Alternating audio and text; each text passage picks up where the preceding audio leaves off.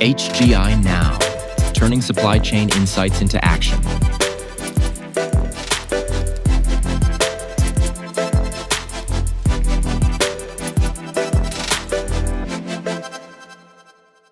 So, another area that's further pressured by the trade war, sustainability. I don't think this gets a lot of ink today. This is not a major headline, but we're seeing it on the upstream.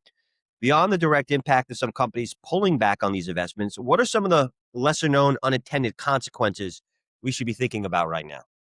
Well, again, I think, I think the cost of sustainability, and there's all these arguments that there's no cost. Well, any new program is always some cost.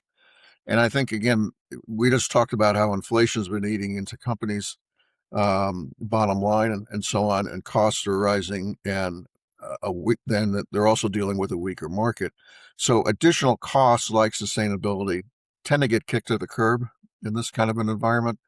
It doesn't mean that the most adamant supporters of environmentalism and sustainability won't be doing what they do. But for the marginal players, I just see them just kind of paying lip service and letting it pass for now. Okay. What And about all those? But what about all those consumers that say, "Oh, we purchase with our values. We align with companies that are eco or XYZ, or is that just for TikToks and for surveys? At the end of the day, it's prices is still driving most of the purchasing power. I mean, look at the revenue that Shein's able to do versus an Everlane. Clearly, price and fashion is still the number one deciding factor when someone's figuring out where to shop. yeah, I mean, again, I think there's a lot of surveys, whether it's done on fibers or it's done on sustainability or it's done on where product is made and so forth. At the end of the day, more times than not, price will be the driving consideration, Are followed by, style. Okay. are you concerned at all though that I don't know? I feel like for 20 years we've been talking about this. This is a very reactionary industry, right? Yep. And so ultimately, one of the positives of investing in sustainability over the past decade has been as government and regulation starts to enforce this, people will be prepared. They won't be chasing. And we saw the EU get very aggressive on this, and that kind of inspired some of the American companies to take action.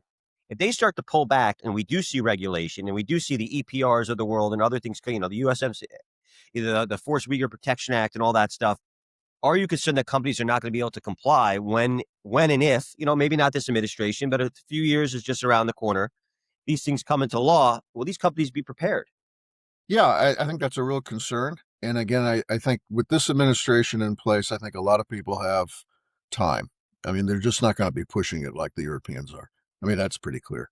So as a result, it's just not a priority. And if anything, it's gone in reverse, right? So, I think that's a real problem from an environmental standpoint.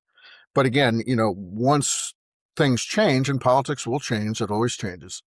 And once the attitudes change and policies are put in place, you're right. I mean, once those things come in, it'll come in with it could bounce back with a fury. And because again, I think our politics tends to do this, Right. ups all over the place. It's not really in the middle anymore. So if it ricochets to another extreme, then it comes back as a major force. Yeah, companies could find themselves flat-footed. And some will have the plans in place, many of them won't.